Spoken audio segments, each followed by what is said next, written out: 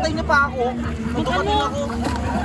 Nantay niya pa ako na dumating bago siya gumawa ng ano. Nantay niya pa ako na... Ng action.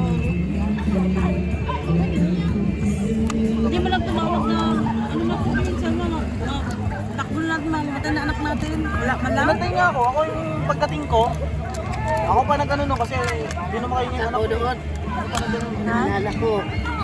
Takot ako tayo sa akin doon. Mag-i-trip na yun si Pat. Grabe. Kuya, sa wala si Daddy. Kasi sa lubog si Luloy. Saan ka na? Sabi ko, dalhin ko to sa hospital, Loy. Sinabihan niya ako sa hospital. Siya nag-work kay Pat.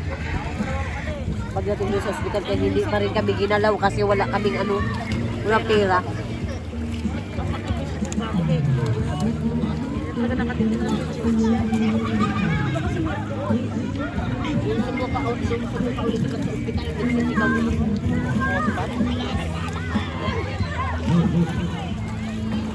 Hindi lang lumidilat si Pat eh. Dehydrated na. Si Shana naman, di namin pinapatulog, di makahinga. Parang gano'n na lang hinga niya ma. Kasi dehydrated. Puro hinga na lang. Di siya dehydrate. Puro ano, talagang kapos. Talagang ano sa hinga. Bakit lalo ka? Eh, kayo ano yun eh. Nakulitan ako doon. Wala naman akong Siya naman ginagawa. matibay kasi breastfeed yun eh. Ngayon lang ako. Sino galing? Breastfeed na yan, parang matibay. Yung mayaman na anak. Bakit daw? Masama daw yung tingin ko, hindi naman. Mainit kasi. Anak na, pinagalitan pala ito doon.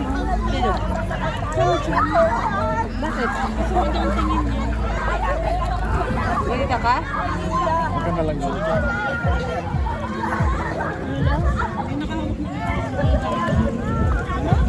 Alam mo sa anak niya? Tumigil ka sa anak niya?